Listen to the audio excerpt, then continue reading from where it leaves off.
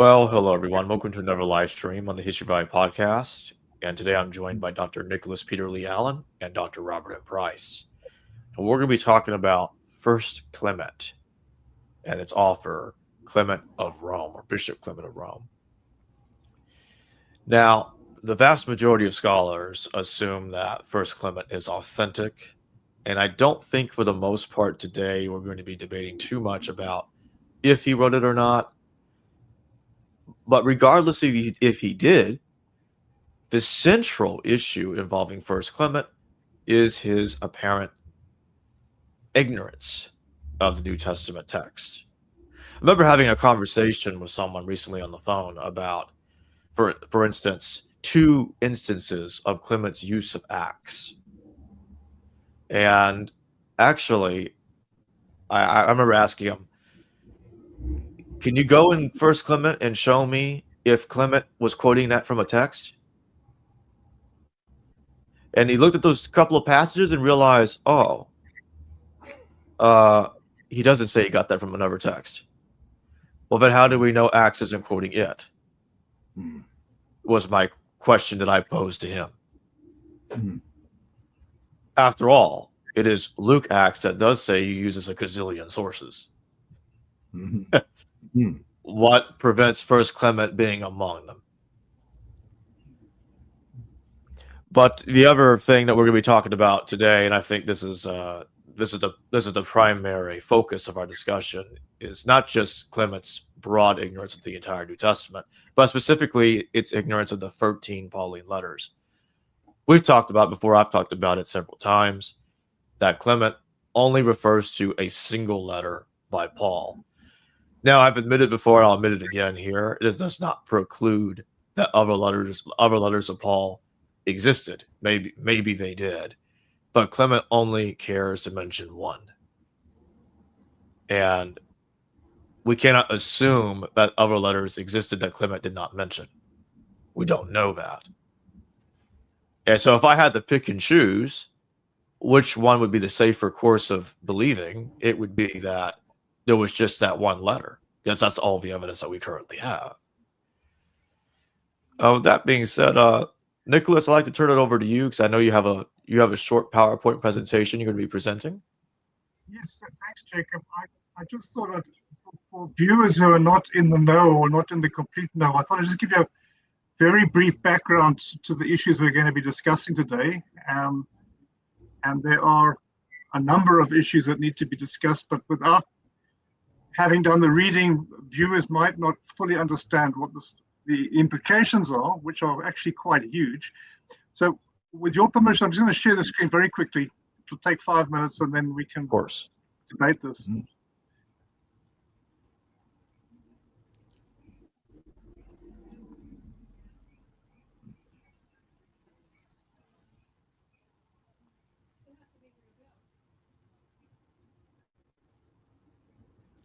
Okay, I see it. I'm not going to put it up yet because I'd like you to put it on full screen first. I don't see your other stuff on the desktop. Right, is that full screen now? Yes, it is. And make sure you hide that as usual, a little bar there. I just click this little thing here. Yeah, perfect. Okay, very quickly, for viewers who are not in the know, Clement is technically the third or fourth pope, although they didn't have that title yet. He's like a proto-pope, if you like. And he was based in Rome. And we only know of the period of time that he was active, which is right at the end of the first century. And what we also know about him is that, in a sense, he's the first real manifestation of what's ultimately going to become the Roman Catholic Church. So he writes this first epistle of Clement, or better known as the letter of the Romans to the Corinthians, just towards the end of the first century. And in there, he addresses the leadership dispute in Corinth. And specifically, the younger members of that church had expelled all the senior priests and presbyters. And Clement encourages unity, obedience, humility, repentance, and restoration of order. And the themes in this letter, he encourages apostolic succession, which is very important. He also seems to be supporting a church hierarchy which he developed from Jewish models. And as we know with most of the New Testament, it's heavily based on prophecies and retrospective prophecies from the Greek translation of the Hebrew Bible, which we call the Septuagint or the LXX. And he uses scripture from the LXX to make his point. The big emphasis on good works, which is very Jewish, I might add, and faith, order, and peace. Faith being a particularly strong Christian aspect. And most important, as I said, he demonstrates that Rome already viewed itself as having moral authority, but not yet jurisdictional supremacy. So he intervened in the Corinthian crisis, and it's one of the earliest examples of an interchurch mediation. And these are some of the actions. He restored legitimate leadership. He pushed for reconciliation and forgiveness, advocated liturgical order and structured ecclesial offices, and he advocated obedience to leaders appointed through apostolic transmission. But the issue, and what we're going to be discussing tonight, hopefully, is what was the scope of Clement's knowledge of the Pauline letters? And this is important because if you read the New Testament literally, we are under the impression that Paul lived in the earlier part of the first century and that he wrote loads and loads of letters, of which we have 13 today. And we know that most of those are composites and amalgamations. We don't really have any pure Pauline letters, but we have a corpus that we call 13 letters. So you would imagine that somebody like Clement, who lives only a few decades after this period, would have access to all of these, and especially since he's based in Rome. And this is where things become a little bit interesting. So although Clement writes from Rome, which is the very city whose church was traditionally associated with Paul, according to the New Testament, his only explicit mention of Paul is the single reference to Paul's martyrdom and mission shared with Peter. And if you read 1 Clem 5:5, he says, by reason of jealousy and strife, Paul, by his example, pointed out the prize of patient endurance. After that, he had been 7 times in bonds, had been driven into exile, had been stoned, had preached in the east and in the west. He won the noble renown, which was the reward of his faith. You'll notice here he's not quoting from text. He's not quoting from a book or preserved literature. He's speaking from memory. It seems that it's based on an oral tradition. And he also tells us a little bit later in 1 Clement that Paul, well, he says to the Corinthians that he's speaking to, take up the epistle of the blessed Paul the apostle. Notice he talks about one epistle. He doesn't say epistles plural. And he says, what wrote he first unto you in the beginning of the gospel? Of a truth he charged you in the spirit concerning himself and Cephas and Apollos, because that even then ye had made parties. Now, if you read 1 Corinthians, Cephas and Apollos are indeed mentioned at the beginning, and this is why most people suspect that the epistle that he's speaking about must be 1 Corinthians, and he is speaking to the Corinthians. But Clement never cites a Pauline letter by name, nor does he quote Paul directly in any fully recognizable manner, and that's the big issue here. So there are 5 scholarly positions. And very briefly, position 1. This is a bit of wishful thinking.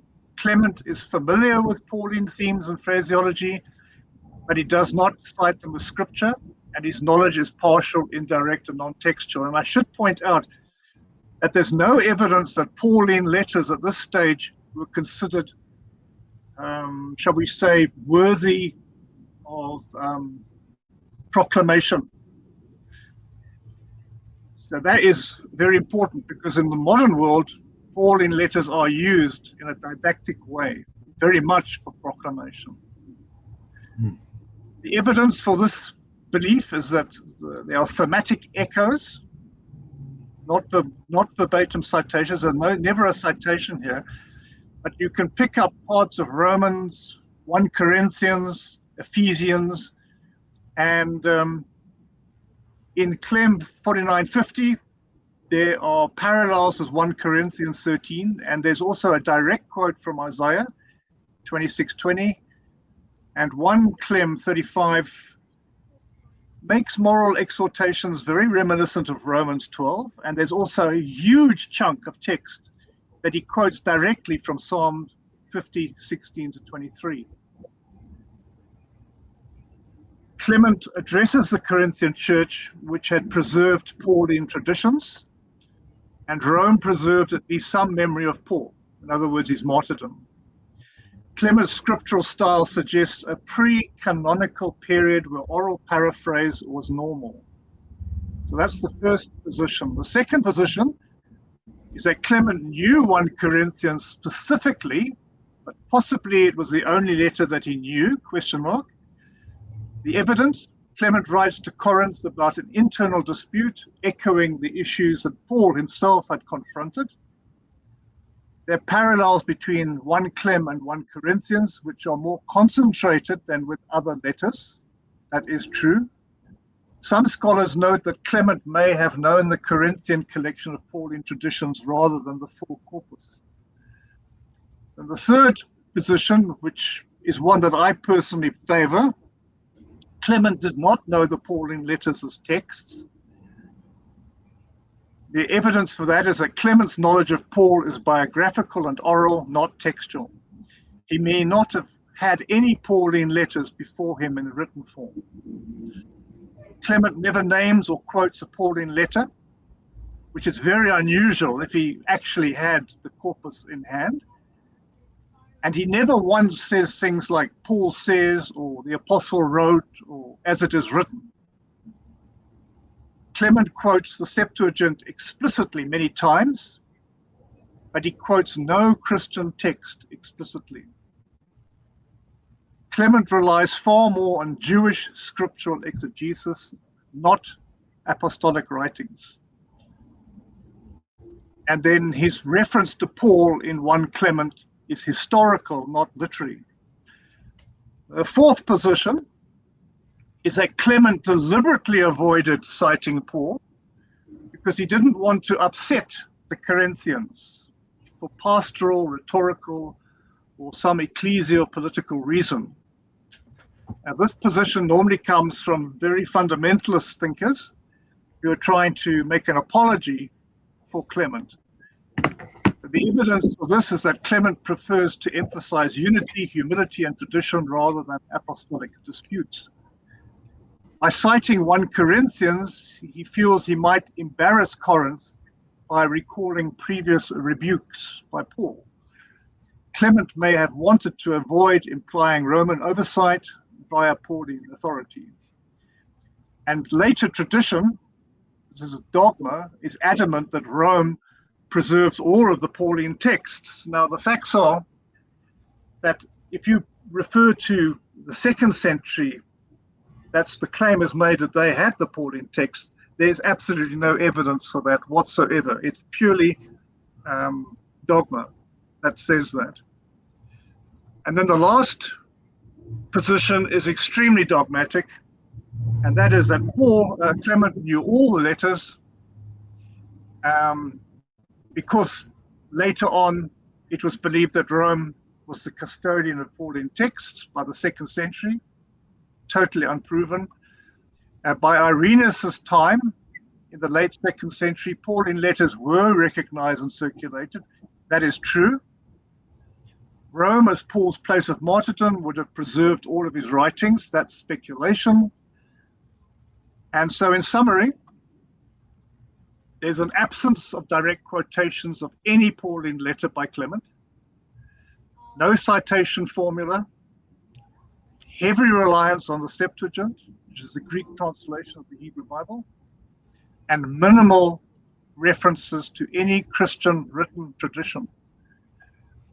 Clement's Christology and theology appear to be pre-Pauline or even non-Pauline in flavor, which is a problem.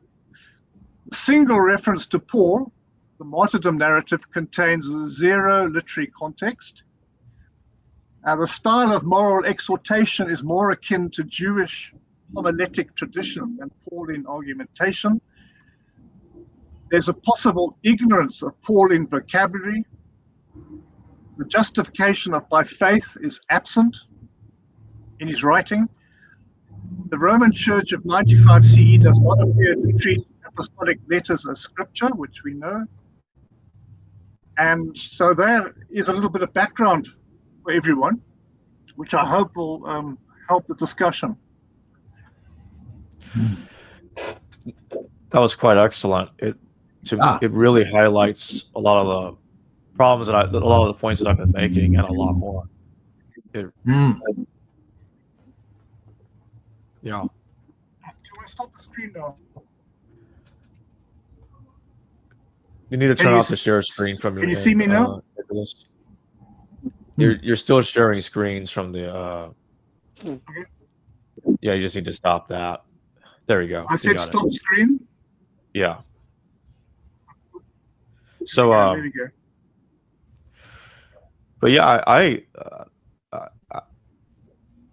pretty much agree with what you were showing there. The conclusion of that,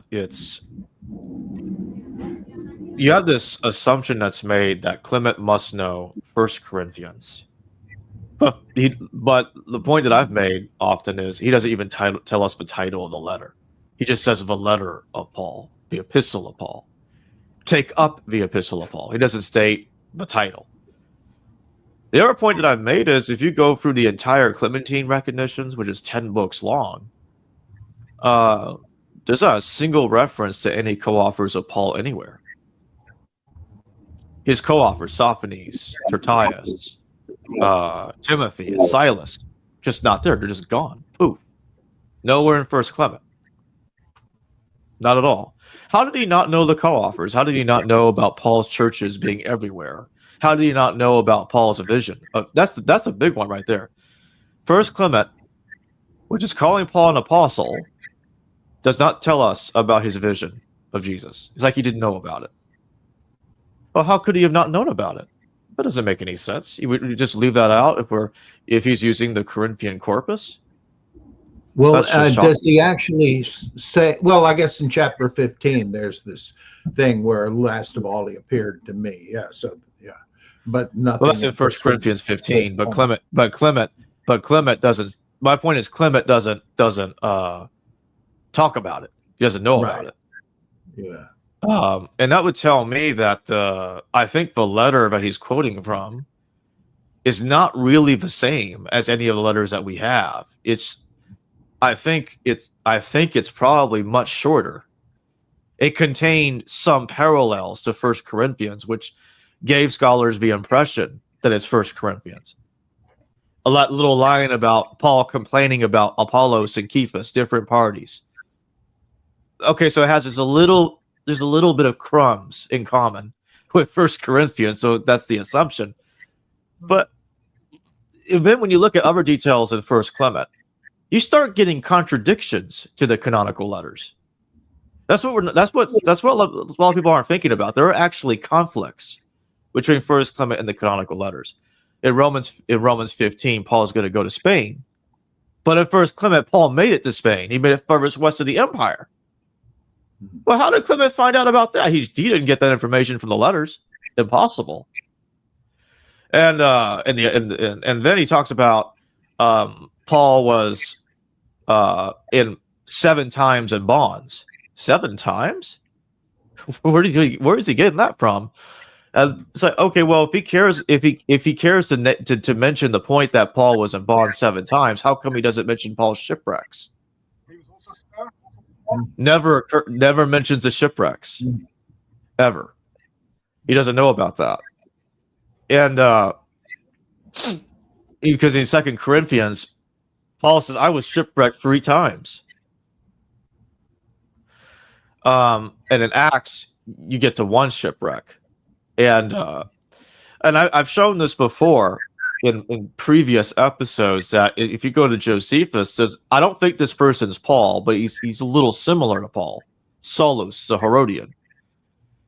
And Saulus is being brought before Emperor Nero in Achaia with his brother Castabris, and it looks like they're about to get executed because they were causing a bunch of trouble. And Josephus, he used a metaphor it was around that passage where he talks about going down like a sinking ship, which kind of makes me think that's the start of the Pauline shipwreck tradition. Fascinating. And of course, I think it's obviously where the Neronian martyrdom came from, because that character Saul was he's not Paul, but he was plagiarized and been integrated into Paul later. That's just what happened in the Acts of Paul in the late 2nd century. Because Clement, he does talk about Paul's death, but he was killed by envious men. About a century ago, Oscar Coleman pointed that out. That he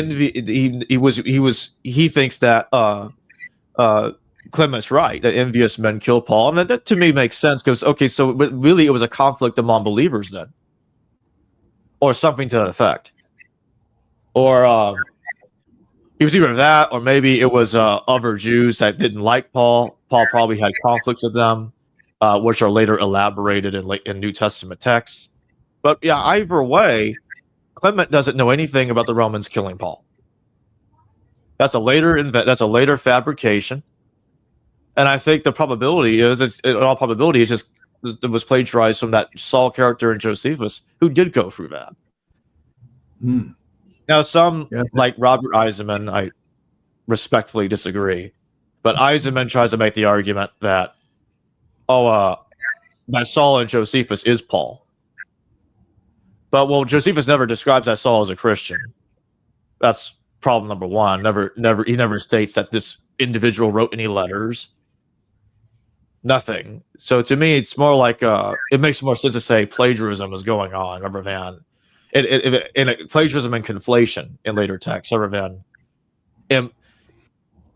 imposing that stuff onto that person in Josephus's text, because that's what we would have to do if we try to force an octagon to fit a square peg. It's not going to happen. Another reason to wonder if he really had 1 Corinthians before him is that it seems to me that the factionalism in 1 Corinthians is not really the same problem that this generational usurpation in 1 Clement is protesting. It's not clear to me why the one is relevant to the other, unless he knows more about the 1 Corinthians strife, and that the different factions named were younger and older people. But I don't. There's nothing that really suggests that, except for it would harmonize it. But that seems to me a dubious way of proceeding. Also, I think that there's no way to prove this, but the jealousy thing, ever since I started reading the apocryphal Acts of the Apostles, I was struck by the fact that in virtually every one of them, the martyrdom of the eponymous apostle is the result of their preaching enchritism and angering jealous husbands and fiancés who go to the local potentate and say, look, you got to do something about this home-wrecking gigolo. He's alienating our wives. And he says, okay, righto. And he has Paul, Thomas, John, and the others arrested for that reason. And that's why they're martyred. When I suddenly read in First Clement that Paul died because of jealousy, that's what comes to mind to me. And or yet another thing, the association of Peter and Paul with Rome, that seems to me to be a much later motif. You got the tag team of apostles. And one final thing, if you're arguing for apostolic succession, Paul is an odd one to appeal to, since he didn't necessarily get along with the Jerusalem pillars. His apostolicity was up for grabs, even in the book of Acts, where he's called an apostle along with Barnabas once in the Western text, twice in the, I guess, Alexandrian text. So there's a lot of things that strike me as possibly implying not only that the author of First Clement, and I'm not so sure we know who he was. There was a cottage industry of false Clementine writings, like Clementine epistles on virginity. There were at least two of those, and Second Clement, apparently written by a Bishop Soter instead. But let's assume it was Clement. It strikes me that he's really basing what he says on distant, iffy knowledge about Paul. Things are already becoming apocryphal and fabulous.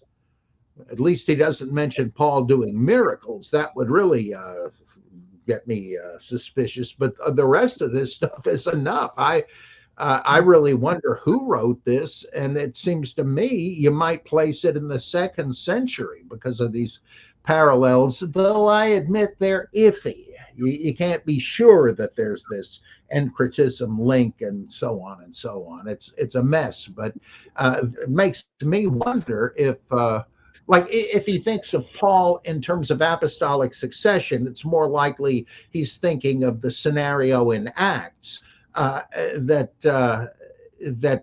there's this Lucan harmonization that he's taken for granted, though he doesn't quote it. So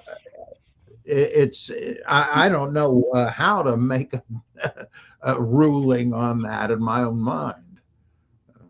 One thing I think I'd like to say here is that I'm very aware that the earlier nascent Christians, even if we don't even know if we can actually call them Christians yet, the Nazarenes, whatever you want to call them, they were far more reliant on Septuagint as authoritative scripture. And the oral tradition was very strong. They were not so heavily reliant on Christian texts or early Christian texts. And as we've seen, the Pauline letters, whenever they were finalized, were not initially treated as proclamation worthy. And this makes me also realize that the evolution of Christianity over the first 3 centuries must have been quite dramatic. The Christology is changing all the time, evolving. It's not fixed. I mean, this is where you have a strange situation where you have somebody like Marcionus attempting, probably one of the first people to attempt to put together some kind of a testament that reflects Christian dogma and didactics. And he ends up becoming a heretic because later evolutionists look back on him as not being relevant. Meanwhile, he was actually the father of that. So what I'm saying is these texts that we now call the New Testament, in my opinion, even if they had a beginning, a vestige in the 1st century, they were not really finalized until late 3rd, maybe even early 4th century. It's obvious. I mean, and there are bits and pieces that we know that embarrass the later Christology. We don't need to go into that. And another thing that's come out of this is that, especially with Luke Acts, there is no doubt in my mind that after Luke, I see Marcionus as, for example, being the first author of Luke, or having possession of an earlier form of it. I go with the idea that it was then doctored heavily afterwards. And I go even further and say there was a school of doctoring. It wasn't just one or two people. It's a lot of people involved in the manufacture of Luke Acts. Luke Acts contains vestiges of more than one hand. There's no doubt about it. It's not just one person. And that already tells you that there's a group of people desperately trying to, what's the word I'm looking for? Find a core belief, try to analyze what is it they actually believe, throwing things out, keeping things in, a lot of expurgation, a lot of interpolation. And it is also quite fascinating, the overlaps between aspects of Josephus's work and what we find in Acts. It's just too strong to be coincidental. And the other thing that's very amusing for me is that these authors tried very hard to put things into an historical setting to make it sound true. And I've heard Christian ministers say to me, "Oh, Paul was a great historian." Oh, sorry, Luke was a great historian. But in actual fact, he was a crap historian, because if you read the history, I mean, he has some things 40 years out of date. It's like a mishmash of information. And it tells you that the people listening to this stuff didn't have the training or the education to even know that they were being lied to. They just accepted it as being real because it's placed in an historical setting.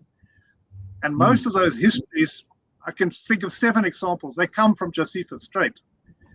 They've just been put in a different order.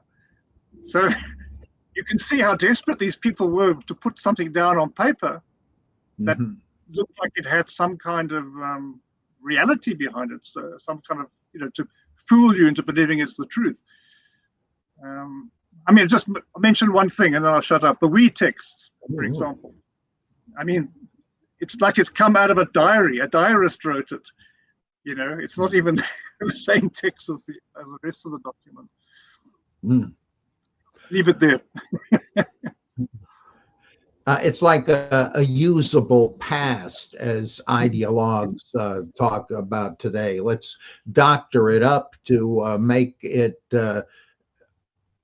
authorize the novelties we want to introduce. Oh, it's not a novelty. They thought they were already postmodernists or whatever. I know Jacob differs on I'm slipping on some of the Josephus stuff, right? With that his reference to Theudas may not have been the one that Josephus mentioned. Go ahead. What I say about that is there's a character called Fudian, and he was accused of plotting against Herod the Great. This was around 6 BC or somewhere between 10 to 6 BCE. And he was executed for it. I think that what happened is the author of Acts read about that character, and the name sounds like Theudas. It does appear to be linguistically related, but either way, he misremembered the name of the guy. So there was still a mistake, but I think it would definitely minimize it if he was talking about him, because then yes, he is before Judas the Galilean. So he would be right about that. I just misremembered his name. There's no doubt that the church fathers, especially from the late 2nd to the 3rd century onwards, had a lot of time for Josephus. And later, as we know, they even used Josephus to falsely find extra biblical historical facts to back up their belief system. Because by the 3rd century, these church fathers realized that they just assumed that the history was correct. And when they found they didn't have the evidence, they made it up. And Origen, there's no doubt Origen is responsible for 2 of the interpolations. That's John the Baptist and the James, the brother of Jesus sections. Those are, And in fact, what's so amusing is that if you read Origenus, he actually mentions the two texts in the same breath, which is also rather a giveaway that he had something to do with it. And then we have to wait for the 4th century, the late 300s, for Eusebius to give us the testimonium. You know, once there was a wise man, you know, and that reads. You can even call him a man. It's a confession of faith written in 69 words. It's absolutely there. And I mean, Josephus was not a Christian.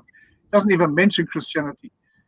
And if it wasn't for that interest by the early Christians in Josephus, I don't know whether we would have actually still have Josephus. I don't think he would have survived. That the fact that we have Josephus, which is a really valuable book, is because of this inspiration to find something that they could either interpolate or expurgate and use to justify the belief. I mean, Celsus, for example, is when he wrote those texts which upset Origenus so much, you know, when he wrote he's against Celsus, he hadn't really got an answer for what Celsus was accusing the early Christians of doing. He needed Josephus to back him up. And of course, the information wasn't there, so he simply put it in. Oh boy. And they're still trying and they're still trying to make the cripple walk, like in this book Josephus and Jesus that I think Cambridge put out recently, where this guy makes this. I've only read the first 70 or 80 pages of it, though I'm discouraged from reading further because of Richard Carrier's damning review of it. He just really hangs him out to dry. But he makes this strange argument that, you know, it's not really that pro-Jesus. And how do we know that? Well, it's not mentioned as being critical of Jesus by Christians who cite it. They must not have thought it was a sneering kind of what? And it just seems to me, and he tries to redefine certain words in Josephus to make Jesus an okay guy, and he tracks down textual variants in quotes of the testimonium where it says, accordingly, he was thought to be the Christ. Well, I'm no textual critic of Josephus or the Bible, but I mean, you have to take that into account. But would he say that? I mean, he says that he was the Christ or was thought to be the Christ because he fulfilled all those prophecies. You would never say that. The other problem is Josephus would never have talked about the Christ, because that word didn't have that meaning in the 1st century when Josephus was alive. I mean, it's like saying, you know, Jesus was dipped. That's what it would have meant. Jesus was dipped. It doesn't mean that he's anointed with oil and is therefore, you know, the anointed one of God. It had a different meaning. Some of these meanings are 2nd, 3rd century. They don't belong in the Testimonium Flavianum. You can also say the same thing about the word poet. In Greek, the word poet has a different meaning in the 1st century to what it does in the 4th century when Eusebius forged it. Okay, I mean, the difference between being a poet and a worker of miracles are two different things. So you've got a 3rd century meaning forced into a 1st century text. I mean, it doesn't take a brain to realize there's something wrong there. Yeah. But people just won't give it up. If need be, they'll start cutting out. They'll do a line item veto of specific stuff, and the people that will never, like Bart Ehrman, he will fight to the death to say that the Gospels and the epistles don't have significant interpolations, but this does, because he's trying to make a bad text into a good one. And the polemical agenda that permeates all this is really, really sickening. But I guess I've caused the discussion to veer off in another direction by bringing up old Joe when we're talking about old Clem. Is there a definitive reason for thinking Clement of Rome did write this since it's anonymous? Isn't that kind of like saying he wrote the Epistle to the Hebrews, which was also a popular view at one time? Well, I know it may not seem like much of a reason. To me, it is. That I'll give an example. I remember reading from scholars like Paul Anderson and Simon Gabriel that, for instance, they basically state that the idea that the Gospel of Mark is anonymous is actually scholastic speculation. And the reason they say that is we don't, our best and earliest manuscripts of Mark still have the attribution to it. So in other words, the point they're making is just saying somebody called Mark wrote it is a separate claim from saying it's divinely inspired or that everything in it's historical. You don't have to believe all of that while believing that some dude called Mark wrote it. They don't go together. So, and I agree with that logic that, okay, even if somebody called Mark wrote it, that doesn't mean everything. It doesn't suddenly make every claim about the Gospel of Mark true. And it has nothing to do with when it dates. And Mark was a common name. So it doesn't really mean too much of anything if somebody called Mark wrote it. In the same way that in our earliest texts of Clement, to my knowledge, the attribution of Clement is still there. And when I take it together with what it states internally, it's conflicting material and ideas to the canonical letters of Paul. And the sheer ignorance it has of the New Testament. I have a hard time believing that this text was aware of our canonical epistles. Now, I know that there are scholars out there that, some of them, not many, that think it does. Nina Livesey, for instance, she thinks that the epistles of Paul were created after Acts in the 2nd century. I don't agree. I mean, I agree with her. The epistles are after 70 AD. I'll meet her halfway there. I don't buy that the epistles emerged around or after Marcion's time, or that Acts was somehow before the letters. I don't believe that. Also, although Acts doesn't mention the letters of Paul, I think there is a way of knowing that it does know it. It does know them, because in Acts 15, I think it's Acts 15, Acts mentions the Epistle of James. It talks about a letter of James, and if you read the letter of James, as it's been very obvious to many, that the Epistle of James is a response to Paul's letters like Galatians or Romans or other letters. It's a Jewish Christian anti-Pauline document. So if Acts gives it away, it says, okay, I know the letter of James, but I'm still not going to name Paul's letters, and it knows Paul's letters. It doesn't really make sense that he knows one without knowing the other. It's like having a salad dressing without knowing salads exist. You're like, well, there's a salad somewhere, the dressing is present. So that's just the way I'm going to put it. That's for the Marcion question. I'm still of the opinion that Marcion did tear down Luke. I think the arguments that one of the chief arguments for it that I do find convincing is the reduction of Old Testament references in Marcion's Luke. And the more I look at the Gospel of the Hebrews, which the church fathers went back and forth on, hating to sometimes liking it, they have a love-hate relationship with that text.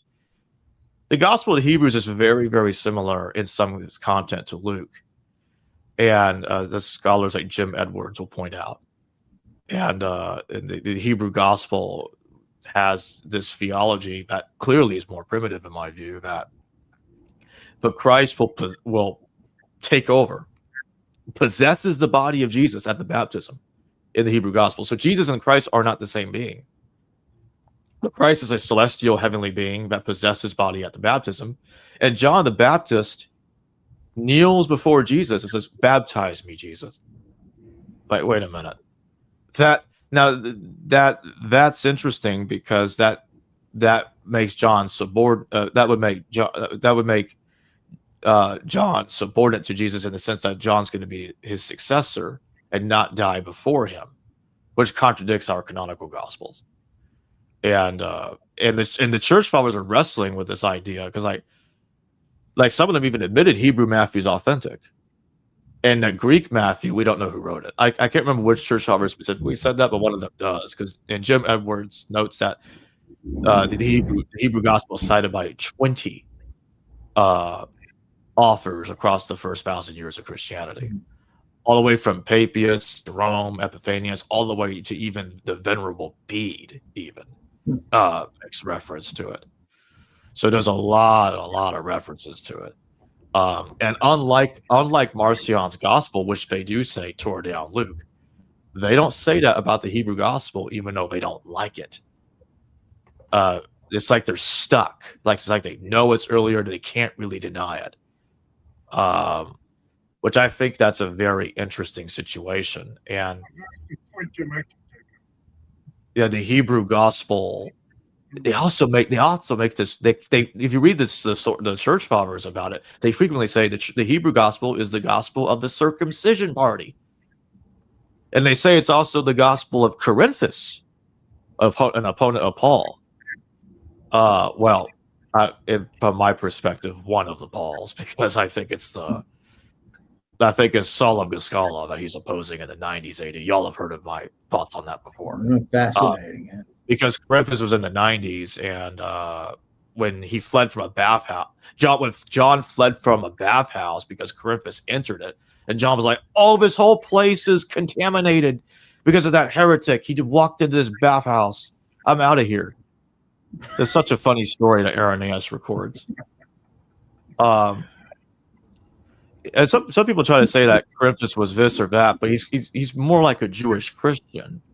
He wasn't like a Marcionite or a Gnostic. He did accept the Old Testament God, but he thought that Christ possessed the body of Jesus at the baptism.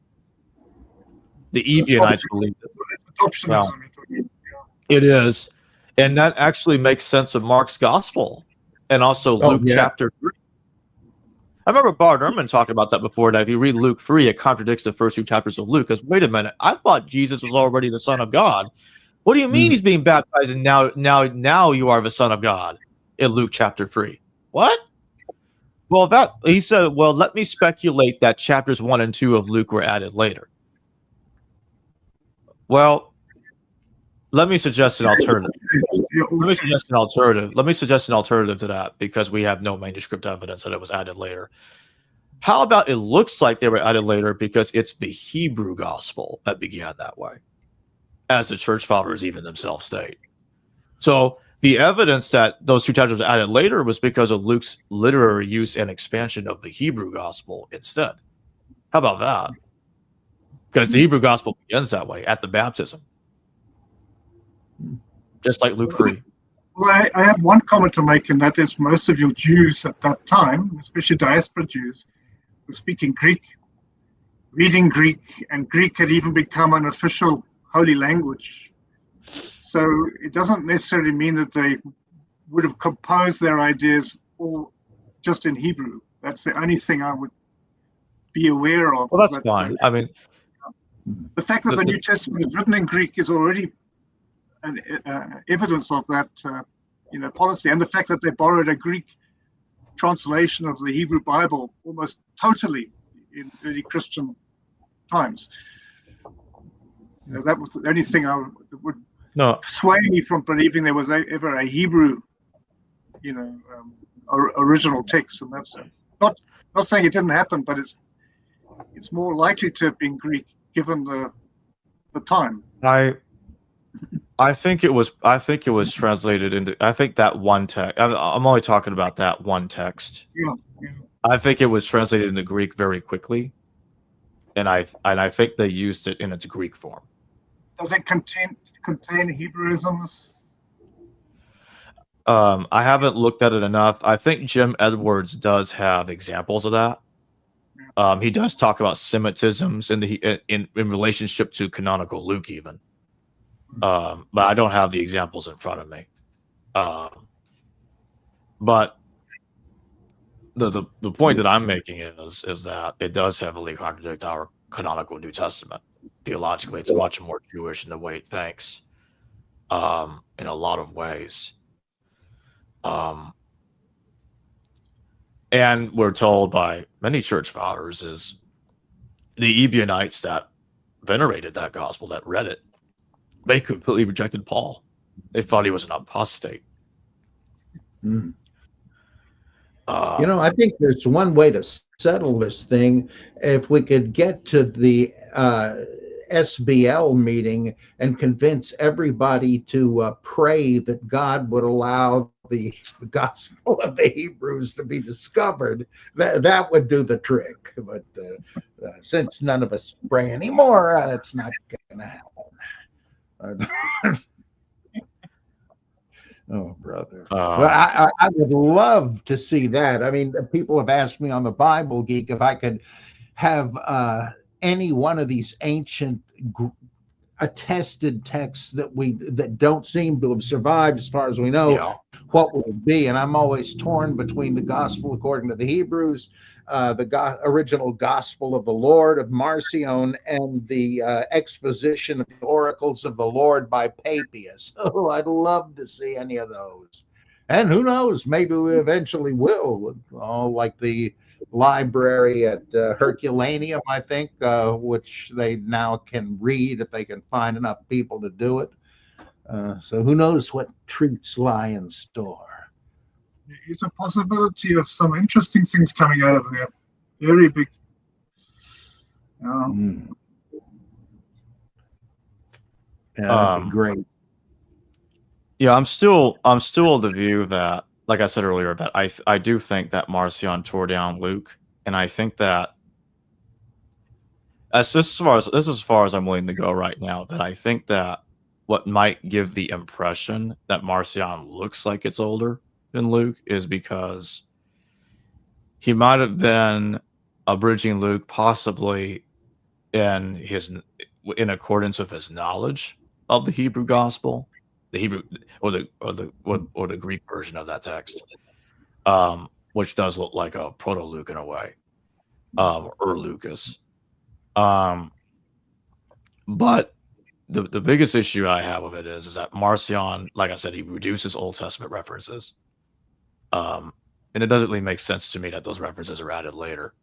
He didn't like the Jewish angle. No. Yeah. And the other thing that I must just say he was not anti-Semitic. There's a subtlety here. He wasn't anti-Semitic. He just didn't like the Jewish aspects in the writing. He wanted to divorce it as much as possible from Jewish history and the Old Testament. That's the impression I get. Plus, it may be that his argument against the non-Pauline disciples was that these guys were syncretists, illegitimately Judaizing the gospel that Jesus preached. And he may well have viewed Jewish elements in these texts the same way. Somebody's been fooling with this to make it sound more like, there's a Catholic edition of the Revised Standard Version. What did they do to it to reel it in and make it sound Catholic? He may have thought the same thing. But who knows? One of the things that Marcion's edition of Paul, the Apostolos, and the Gospel have in common is the total elimination of Jesus having any brothers and sisters. Gone. And I think to me, that's a big giveaway. It's post-Luke. And in Marcion's version of Galatians, now I know you do have thoughts on this, Bob, because I know you think Galatians 1:19 and the canonical edition is a later interpolation. But even with that being said, it's very significant that Marcion's gospel has total elimination of any discussion of brothers and sisters for Jesus. Even though the canonical Luke does talk about them, Marcion's Luke not at all. And that does fit Marcion's theology, because Marcion, in his antithesis, thought Jesus came out of heaven. So what you would have to do is, if you were in his position, which is what he did, you have to destroy any evidence that contradicts your belief as best as you can. And a phantom spiritual being with earthly brothers and sisters. Yeah. You can't have brothers and sisters if you weren't even born on earth. He's just, if you read the beginning of Marcion's gospel, Jesus descends into Capernaum. Like, where did he descend from? Well, Marcion's trying to leave the impression without explicitly stating it. It's from heaven, as per the antithesis. So what do? You beam down, like beam me down, Scotty, or from Star. It's like watching a Star Trek episode. Could be. I mean, after all, the angels were beaming down in the Old Testament and the New, and Christ is an emanation of the monad in the Gnostic sense. He's certainly not a corporeal being. So that's Marcion's picked up on that, obviously. And I can see why Marcion left the pastoral epistles out. The pastoral epistles got a treasure trove of Old Testament references, especially 2 Timothy. I remember that the late Jerome Murphy O'Connor, he thought that 2 Timothy was authentic, but still believed that 1 Timothy and Titus were forgeries, because 2 Timothy, for instance, has a lot of similarities with Romans. A lot of similarities. So I could see why he thought that. And 2 Timothy didn't have all the same baggage with it that 1 Timothy and Titus does.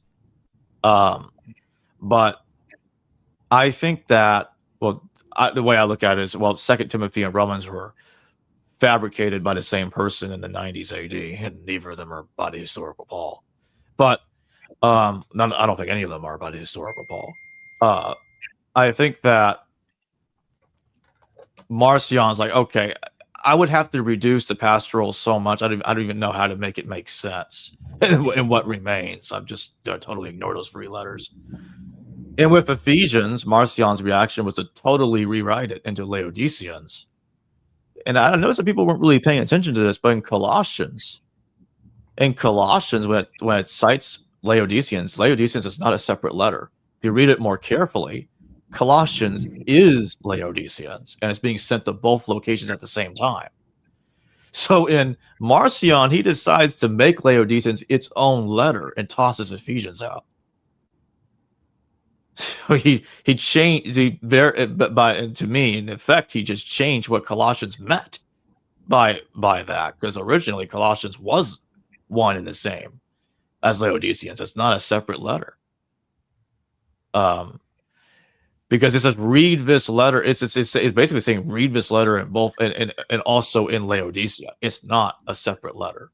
It's one and the same. And Marcion, this is a really big issue that I have, that, like, I admit that back then I was kind of back and forth on my views about the Marcion stuff, but this right here is one of the biggest issues I've got with it right now, and that is the fact that Marcion does look at Paul as the primary authority, the only apostle. Well, that's a hell of an agenda to get rid of the co-authors, because they're not there. Now, depending on which reconstruction of Marcion's Paul you read, that the co-authors might be named like in the text, but they're not in the position of co-author. So what I mean by co-author is just the beginning of the letters, where they don't appear as co-authors. And that is true regardless of which reconstruction you read. It's like, I think everybody, every Marcion scholar agrees that there is no co-author of Marcion's edition of Paul's letters. They're just not there. So it's that to me, Marcion just did a clean sweep and just got rid of every single co-author. So that way, Paul is the only authority. You know, I have never heard anyone suggest what you have about the co-authors. If they're not actually contributors to the letter, what does he mean? Just, well, you know, our old pals, Tertius and Mo and Curly here are with me. No, he does say that sometimes about whoever is with him, but why would he list them as, you know, we are writing to you? That never occurred to me, and you even really deserve the credit for pointing that out. Even in Second Thessalonians, when they talk, when there's talk about fake letters, and here's the interesting part: don't read a letter. Let's talk about one letter, kind of like Clement does. I actually suspect it's. I think there's an irony going on in Second Thessalonians. I think they're attacking the authentic Paul and calling him fake, because they're saying, here's our new stuff. This is what you're going to go with now. Out with the old, in with the new. And in Second Thessalonians says, he doesn't say, don't read a letter of Paul as it came from me. He said, don't read a letter as it came from us, plural. And in Second Thessalonians, 3 people wrote it: Paul, Silas, and Timothy. If that it doesn't scream collaborative co-authorship, I don't know what does. Because he had to put it us, acknowledging all authors, not just himself. Yeah. But in Marcion's Paul, that's all gone. In Marcion's Second Thessalonians, that's not there. Because I think in Marcion's thought process, he did not want to convolute Paul's authority. He was trying to streamline Paul's authority and make Paul easier to read for his audience. And if you say that the Marcionite version was original, and that others added to it, why would they have done that if they're rather than just silently padding out the letter, and so that they're and leaving it under Paul's name only? Because you are like diluting the claim that, oh, Paul was a good Catholic like us if you have other names there. Like, well, wait a minute, this isn't all Paul then? Who are these other guys? Why should I listen to them, and what did they write? Exactly. It's just that's exactly my problem right there. It's, to me, the suggestion of the canonical letters are later begs the question of just exactly what the hell was their agenda? Like, why would they create such a confused mess? Like, to me, the confused mess would be first, and the shorter, more coherent text would be later. Because to me, Marcion's text is actually making Paul seem a lot more coherent. And because it's getting rid of the contradictions, it's making it easier to read, far easier to read. And it's making the Lucan gospel line up. And then no wonder he ignored Acts, because as we all know, Acts is one contradiction after another with canonical Paul. That's a whole nother mess. And to me, that I think that really, I like there's this book by Sebastian Mull called The Arch Heretic Marcion. I think that's what it's called.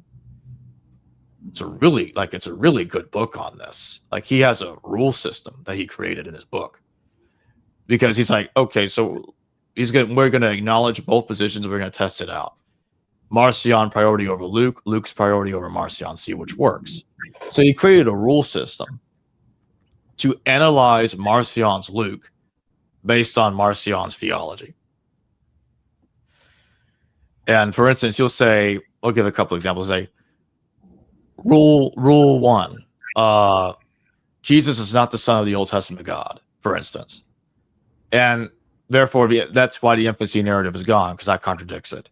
that contradicts Marcion's thought, so that's gone. Rule 2, Jesus was never born on Earth, so we have to get rid of references to brothers and sisters.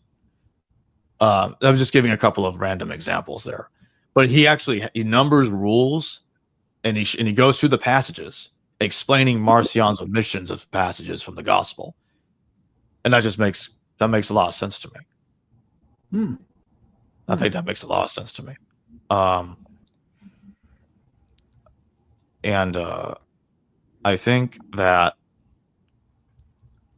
that's the reason why he's being called a heretic, because he'd cut down the text because he didn't agree with how the text should look. But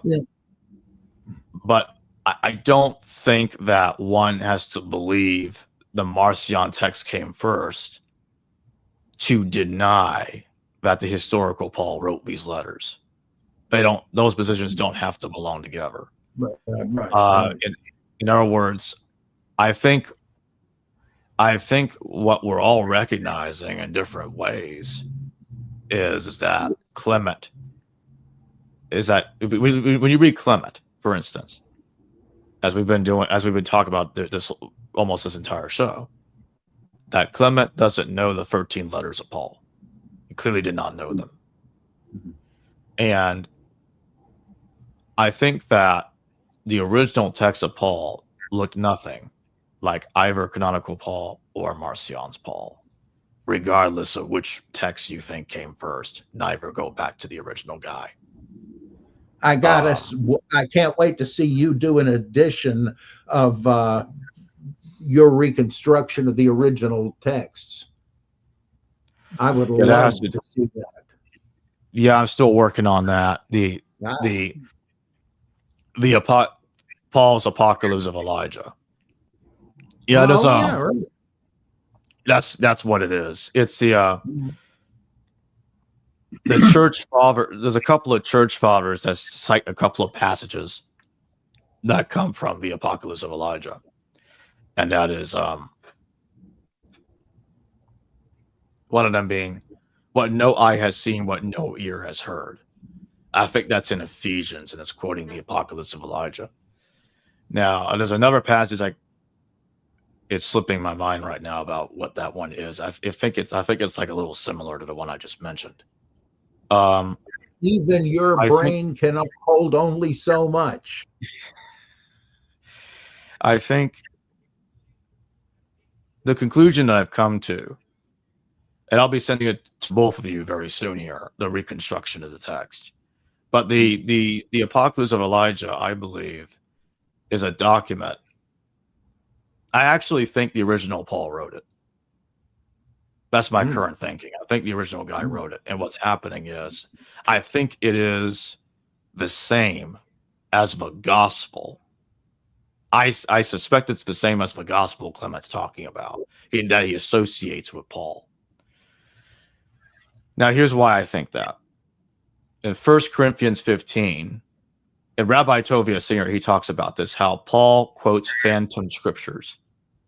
In 1 Corinthians 15, it's quoting scriptures. What scriptures? Nobody in the Old Testament talks about the resurrection of the Christ and 500 guys. Some of them are still with us to this day. It doesn't. There's no. What the hell is Paul getting this from?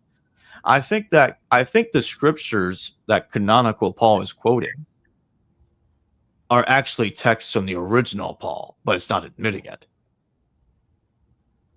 Because what it's doing is it's scattering the material that Paul that Paul actually wrote across the epistles, calling them scriptures without telling you what they are, and taking them way out of context to fit the rehabilitated theology, the rehabilitation program for canonical Paul.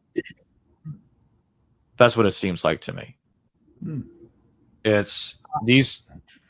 That's what I think is going on. You'll see what I'm talking about, because in the reconstruction, I'm going to have every single verse where each line comes from in the canonical letters. Why I think it goes back to that text. as for First Corinthians, I mean, not First Corinthians, but the Epistle of Paul. I think reconstructing that would actually be a little bit more difficult. And the only answer that I can give for that is my best guess about what it looks like is that when you go through First Clement and the times that First Clement talks about Paul and it parallels the canonical letters, and I should call them quasi parallels, okay? Because they also sometimes they agree and sometimes they contradict the letters at the same time. We talked about a couple of them. 7 times he was in bonds, or I made it all the way to the farthest west of the empire, which is Spain, which is not New Testament. So I suspect all of that came from the same letter. All that stuff. It just came from the same letters, not multiple letters. It's coming from the same letter. And it sounds like to me that Clement is quoting a letter of Paul that was like a farewell address. It's actually at the end of his ministry. He's trying to tell people, I'm done. I've made it furthest west of the empire. And then it's after that, Clement tells us about his death at the hands of envious men. So to me, I think it kind of makes sense to think that he's quoting a farewell address from the original Paul before he was killed. Sort of like what Philippians is. Yeah, the only difference is that this is the original, and Philippians is kind of like a remix, a revamping of that text. And that actually brings me to a point that I forgot to mention earlier. Clement never claims that he knew Paul. That's the best part. He never claims to know Paul. But in Philippians, the author of Philippians, the co-authors, Paul and Timothy, they just shove Clement in there and state, Clement's in the book is written in the book of life. Like, are we pretending that the historical Paul knew him when they never met? It's like to me, it's like they read First Clement and they're integrating Clement into the story, even though Clement never met Paul. There is some argument that the Clement there is not the same Clement. I know. I don't. I mean, I have no opinion there. I'm just interested to know. I mean, how common a name is Clement? Here's why I'm convinced it's him. Robert Eisman, I think he made a convincing argument here that the Epaphroditus and Clement, that were both executed under Emperor Domitian, are the same ones mentioned by canonical Paul. Can you talk about the anchor scene? Yeah, Epaphroditus, who was a patron of Josephus, was accused by Emperor Domitian of assassinating Emperor Nero, even though he only helped Nero kill himself. And Epaphroditus was executed around, like, I think it was 95 AD. And then Titus Flavius Clemens would follow suit. And Titus Flavius Clemens, according to the Roman historians, was succumbing to Jewish ways. But I think that's very interesting. They say that about him. I'm like, I think that's the guy in Philippians. After all, it keeps talking about Caesar's household in Philippians here and there. I mean, sounds to me like he's talking about the whole Domitian situation. Especially when you read 2 Thessalonians, it talks about how there's a plot to take out the son of lawlessness. It's like, are we talking about the plot to kill Domitian? And I think if you put it together with 1 Corinthians and they talk about the house of Stephanus, and if you look at what Cassius Dio, Suetonius, others talk about, the assassin of Domitian, because Emperor Domitian and a guy called Stephanus stabbed each other to death. And then, of course, in Acts, you get this whole thing about the martyrdom of Stephanus and how he's like, they make a big deal out of it. So I think they're talking about him, actually. Now, I do agree with Eisenman that the Stephanos story in Acts is kind of like a remix of the death of the attack on James and the recognitions. But I think it had both stories in mind. Stephanus going after Domitian, and also the death of James at the same time. So I think that's what's going on. I think so. Yeah, I think it's I think Clemens and Epaphroditus are the same guys mentioned by the letters. And by the way, neither men ever show up in the Clementine recognitions. Let me correct myself. No, Clemens is there, but Epaphroditus isn't there. Epaphroditus is not there anywhere in the recognitions. Because Clemens is in the recognitions is inserting himself into the past and trying to come up with like a quasi historical fictional narrative about his own family, which is that's another complicated mess to talk about another time. and our complicated thoughts and differences and views about the authorship and development of that text. I think that just to go back to Acts. A lot of people say, well, canonical Acts doesn't talk about Paul's death. I remember there's a New Testament scholar, Carl Leslie Armstrong. He argues that Acts was written in the 80s, 60s before Paul's death because it doesn't talk about Paul's death. Harnack thought that. I take a completely different view, and I say, well, because you both know I talk about 3 different versions of Paul's death, because there are 3 different versions of his death. There definitely are. And you can see that in First Clement, the Acts of Paul, and in Jerome. So I think that Acts doesn't talk about Paul's death because which version of his death are you going to go with? So I think Luke already knew about the contradictory deaths. That's because, well, that's what happens when you got identity fraud going on. It was like, okay, how does the same? Let's take an modern example of the same guy having different death certificates. The same man can have different death certificates. That doesn't make any sense. Something's wrong here. Same guy can't die multiple times. For instance, you got Matthew having his own version of Judas' death. You got Acts having another. Oh, yeah. But then John just totally leaves out how Judas died. I'm like, well, I'm not going to play a game called Pick One. I'm going to ignore it. Yeah. How about we do? We have the same problem with Judas, of course. I mean, he has 2 different deaths.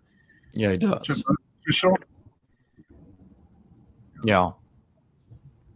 I was just wondering, I mean, this is just a speculation. We know that Gnostic Christianity was very strong at one point, and Marcionis's development is certainly linked to Neoplatonism and aspects of Gnosticism.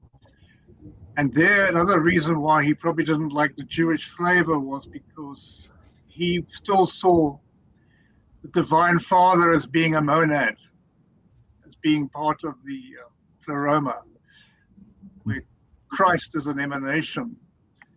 Whereas the Jewish deity Yahweh was considered by the Gnostics to be the evil one, the creator of flesh and materialism. Do you think that may have had something to do with this I want to call it a split, but this division, this new Christology that took off, that became literal Christianity, wanted desperately to have the authority of the Old Testament to back it up, and went that way. I'm just speculating, and that Marcionis went out of favor because he didn't want to mention Yahweh. He wanted the monad as his ultimate divinity. Do you think there's any truth to that, or do you think it's an aspect to consider? Oh yeah, it's certainly plausible, because the Christian attempt to co-opt Jewish scripture, especially at a time when Judaism was being banned and persecuted and all that, that kind of reminds me of the Islamic attempt to say that Muhammad was predicted in the New Testament, and that gives them the ability to appeal to Christianity and the New Testament as a kind of credential, and yet say we're better than that and we've gone beyond it. That there's this scripture, and it still is scripture. Allah gave Jesus the Injil and all that stuff, but it's now outmoded, and it prepared the way for its obsolescence by saying that the Parakletos, as they thought it originally was, the illustrious one, Ahmad, that he would come. And it's the same sort of precedent politics. You're appealing to the tradition for credibility, and yet you're rejecting it. Gershom Scholem has a discussion of this in the Kabbalah and its meaning, I think it is, how Paul uses the Old Testament and fills it with new meaning, because he can't just discard it, but he can't find his own views taught clearly in it, so he has to allegorize and so on. It's a funny shell game sort of a thing. Oh, absolutely.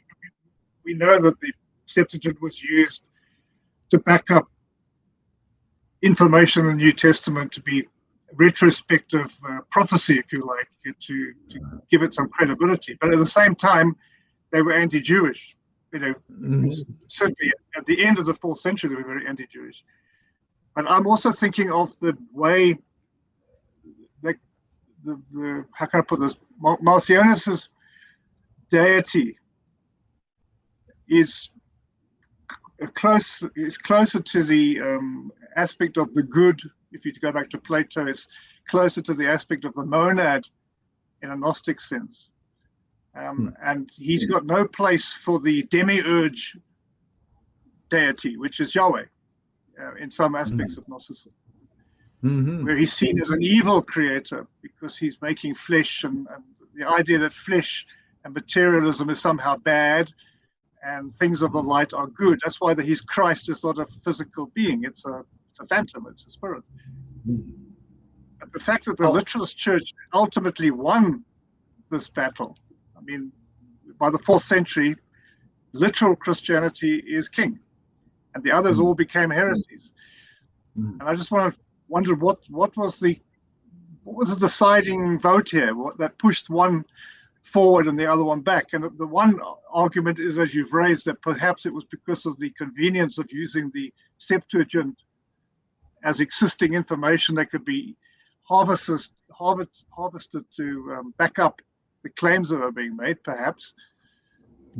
Also, the literalism required there to be a flesh and blood Jesus with a family and a history, and all the stories about him, which were borrowed not only from so-called prophecy, but also probably even from other religions, ideas which have been copied, and it's the same idea with a different name. Because the Marcionist idea seems to be purer. Theologically, it seems to be a pure idea. It's not so contradictory. There's so many levels in literal Christianity which contradict each other. And it's interesting that they went that route. I find that fascinating.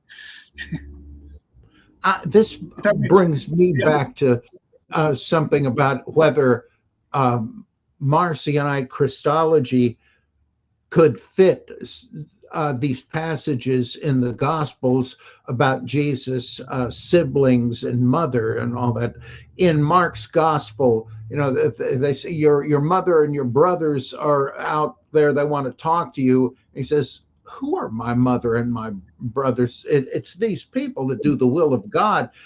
And then in Luke, he has that too, but he also has, blessed is the womb that bore you and the breast you suckled. Rather, blessed are those who hear the word of God and do it. Is it possible he's saying, no, you're wrong. These people may be pretending.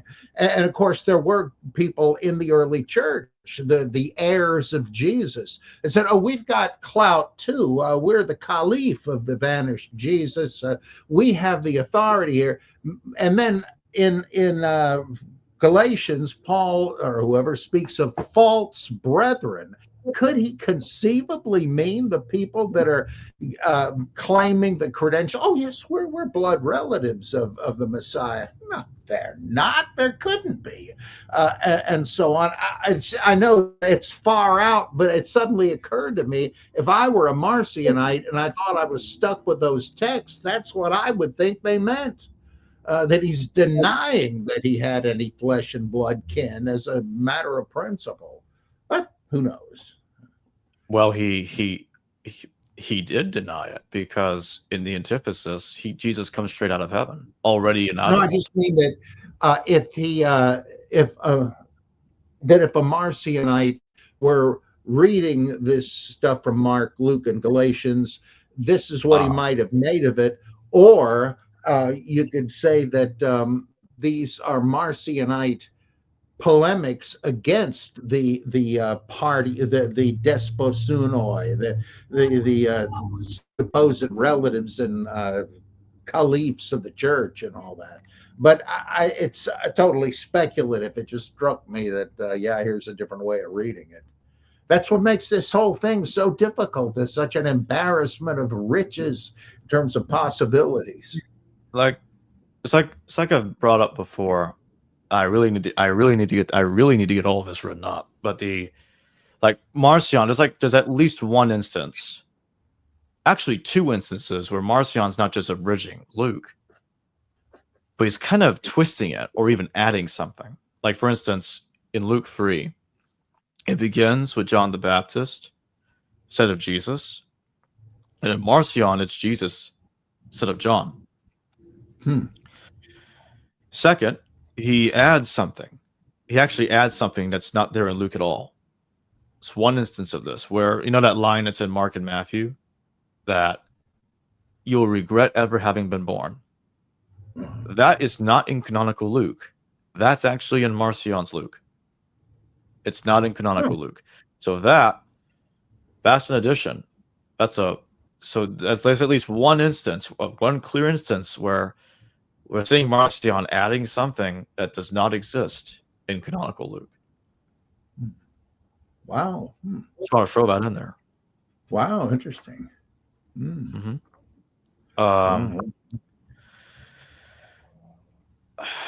I think we can close this by saying, what I want to say is, the letters of Paul clearly went through a logical, sequential development, especially when you look at Josephus and how the letters were beefed up in light of Josephus.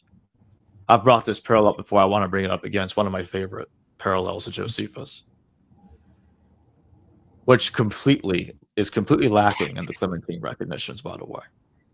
So in the recognitions, you have Judas dies a natural death, and by the way, he's never a traitor. He never betrayed Jesus. It's like the recognitions didn't even know about that story yet. Wow. And Matthias Barnabas is the successor. By the way, when you read the church fathers, they're pretty clear that they actually think there are two different people called Matthew. That's because of the Hebrew gospel. But that's a long story that I'll get into another time. But anyway, in the recognitions, Barnabas is Matthew, and he's succeeding Judas. Now, when you look in Galatians, by the way, because all that stuff happened in the 30s AD, what I was just mentioning a moment ago. But if you look in Galatians, Barnabas is mentioned. He's never called Matthew. Nowhere in canonical Paul is Barnabas ever called Matthew. And in Acts, the name Joseph is assigned to him. Instead, Joseph Barnabas. So in Galatians, you got Paul going up to Jerusalem, spends 3 years there, and Barnabas is mentioned. And 14 years later, he goes back to Jerusalem and took Titus along with him. Someone does exactly the same thing that Paul did there, and that was Josephus. When you read his life, he spent 3 years with a guy called Bannus from 53 to 56 AD. And then 14 years later, 70 AD, he goes to Jerusalem with Commander Titus. What's interesting about that is that Paul brings that up in the context of his vision. And if you look at Josephus, what did Josephus say when he got to Jerusalem in 70 AD? Josephus claims that he saw soldiers running around in the clouds. Mm. Yeah. And that, I think that's a little too much there just to be a coincidence. It to me, I think they took a real person, Matthias Barnabas, and they changed his story completely. Completely changed it. They swapped it out. It's like two different actors switching positions to play a character in a Hollywood movie, in a way. It's not a perfect analogy, but that's just the closest I can get to it right now. That they swapped the story out. Instead of Barnabas being an accurate retelling of the historical figure, now it's a plagiarized story of another person's life from Josephus. That's what it looks like to me. They swapped the stuff around. They did that with like Jesus as a know-it-all kid in the temple. That kind of looks like the similar scene from the life of Josephus. Yes. So there are other examples of it, or the idea that there were two men crucified with Jesus, and Jesus is taken down, but the narrator doesn't care about the other two. To hell with them, and possibly being based on the life of Josephus, where he says, "Oh, there were these three guys on crosses whom I knew, and I got permission for them to come down, but two of them died." That's why only one survives the cross, and same thing in Mark. That makes complete sense to me. I think Hugh Schoenfield was right about that. Yeah, he was pretty sharp. Yeah, I think he was the earliest one. I think he might have been the one to come up with the idea. I'm not sure. Really? But Wow. he's at least the earliest person that I know of that's talked about it. But yeah, like these Josephine parallels to Paul, they don't exist in the Clementine literature. And they do not exist really at all when it comes to the original pre-war Paul that Clement knows about. All of these innovations come into canonical Paul and later. So yeah, I pretty much finished my thought there. Well, I'm very grateful to be in such good company as you gentlemen. You always give me a lot to think about. It's just eye-opening, fascinating. Yeah, but thank you, Jacob, for organizing this. It's been wonderful to see you again, and you, Robert. Always a pleasure. Lovely. Yeah. It's always wonderful to have you both on and to talk to the both of you. And I thank you all for joining me today, and I look forward to the next time. And as usual, I have the links to both Doctors Allen and Price's books in the description below, and it'll also be in the pinned comment. With that being said, thank you both for joining me. Well, thanks for having us. Hello viewers, thanks for watching this video from the History Valley YouTube channel. Please don't forget to subscribe and hit the notification bell. And if any of you wish to further support this channel, please consider checking out this channel's Patreon page and becoming a patron, and or donate through PayPal or through Super Chat during your live stream. Thank you.